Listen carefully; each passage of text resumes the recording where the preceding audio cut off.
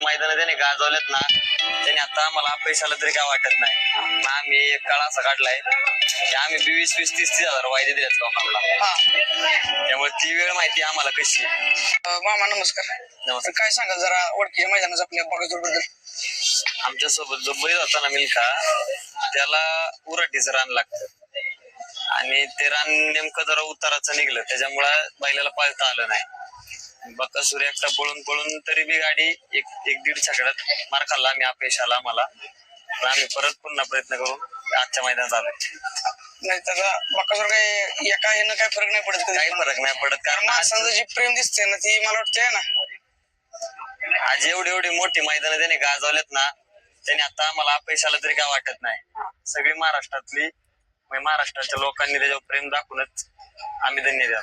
आता त्याचे पैरे नेमके कसे जोडवतो तुम्ही? पहिले म्हणजे एक मैदान जर मोठ्या बैलात केलं तर एक मैदान आपल्यासारख्या माणसाला वर न्यायचं. कारण आम्ही एक काळ असा काढलाय की आम्ही 20-20-30-30 हजार वायदे दिलेत लोकांना. त्यामुळे ती वेळ माहिती आम्हाला कशी आहे. ती वेळ आम्ही पुन्हा म्हणजे असं ज्याचा पळतो त्याला बकासूर द्या ना.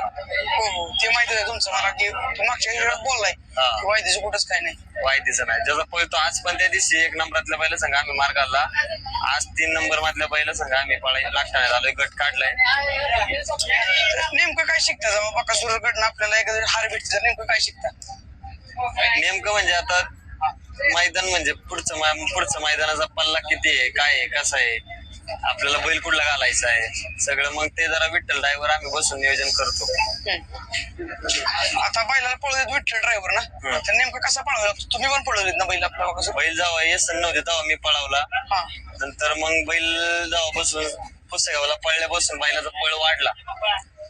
मग पुसेगावला पळल्यापासून बैलाचा पळ वाढला तर मग विठ्ठल ड्रायव्हरने आज बकासूरचं राक्षसी पळ आहे तो फक्त विठ्ठल ड्रायव्हरच त्याला काबू करू शकतो.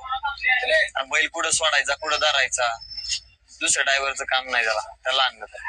आता बैलाचं एक वेगळं वैशिष्ट्य आहे की बाबा बैल कुठला पण साईडचा असू दे पण एकटा ओढत नेतो का नाही, ओढत. त्याच्याबद्दल काय सांगा जरा? म्हणजे बैलात दमक